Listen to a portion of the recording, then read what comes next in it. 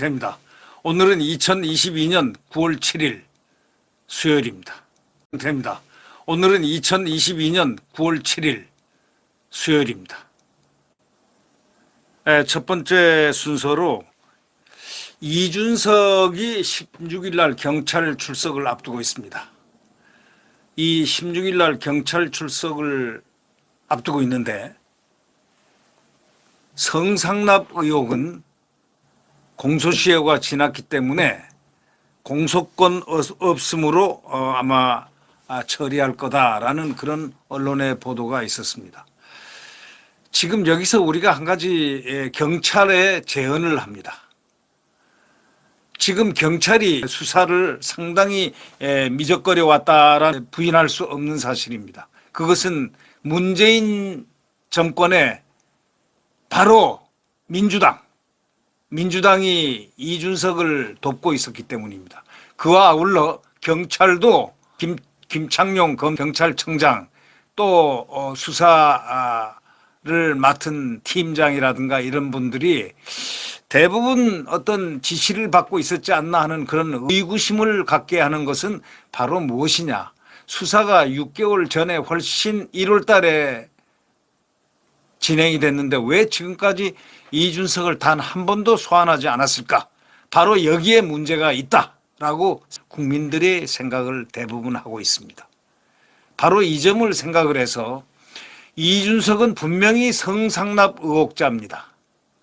아무리 공소시효가 완료됐다 하더라도 성상납 그로 인해서 범죄 혐의가 발생한 게 뇌물수수 혐의도 있고 더더욱이 김철근을 지시해서 소위 성상납 의혹을 지우려 했다는 바로 증거인멸 조작 그런 혐의가 있지 않습니까? 거기다가 죄 중에서 가장 나쁜 죄질이 나쁜 무고 혐의까지 지금 있지 않습니까? 이런 상황에서 이제 구속수사가 필요하다 이런 필연성을 제가 제안을 합니다.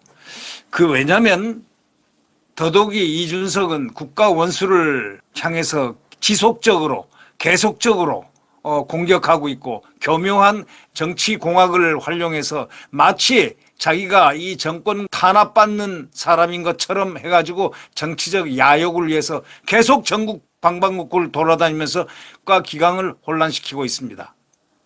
그렇기 때문에 이준석은 그대로 방치하면 안 되고 구속수사를 함으로써 그가 다시는 선동선전으로 정치선전으로 마치 나치스처럼 히틀러처럼 나치스처럼 이런 행동을 이런 정치 행동 아주 사악한 정치 행동을 하지 않도록 예방 조치하는 것도 경찰의 임무가 아니겠습니까? 또 마침 그는 무거운 죄를 지고 있지 않습니까? 성상납 의혹은 있어서는 안 된 죄입니다. 그것도 더더욱이 26살 때 그러한 범죄를 저질렀다는 혐의 아닙니까? 거기다가 증거인멸 의혹, 뇌물수수 의혹, 또 거기다 플러스 무고 혐의. 자, 이런 것은 구속의 요건이 충분히 되지 않습니까? 또 거기다가 사회를 지금 혼란시키고 있지 않습니까? 정부가 출범한 지 3개월밖에 안 되는 정권, 더더욱이 집권 여당의 당대표를 맡았던 자가 성상납 의혹으로 치욕적인 성상납 증거인멸 의혹으로 아주 부끄러운 이걸로 아주 치사하고 사악한 그러한 혐의로 하여튼 징계를 당원권 정지를 먹었지 않습니까? 그동안에 얼마나 돌아다니면서 못된 짓을 했습니까? 자기가 몸담았던 당을 가처분을 하지 않나. 이런 사악한 소위 악덕, 소위 법을 이용한 악덕 정치인 이런 자들은 구속수사를 하는 게 옳다 이렇게 생각이 됩니다. 더더욱이 지금 국가를 혼란시키고 있지 않습니까? 집권 여당, 다시 말하면 국민들이 정권 교체를 해달라고 해서 뽑힌 윤석열 대통령을 향해서 직공을 수시로 매일 하고 있다시피 합니다. 대통령은 물론 참고 있습니다. 아니, 관심을 끄고 있지만 그러나 이 국가 기강이 하루하루가 무너지는 게 눈에 보입니다. 이런 자가 준동한다면 이거는 법이 없다는 겁니다. 이것을 경찰이 제어 통제하는 형식으로 이런 무고 혐의라든가 증거 인멸 혐의를 중하게 생각하고 성상납 의혹의 동기를 중하게 여겨서 구속 수사를 하기를 제언을 합니다.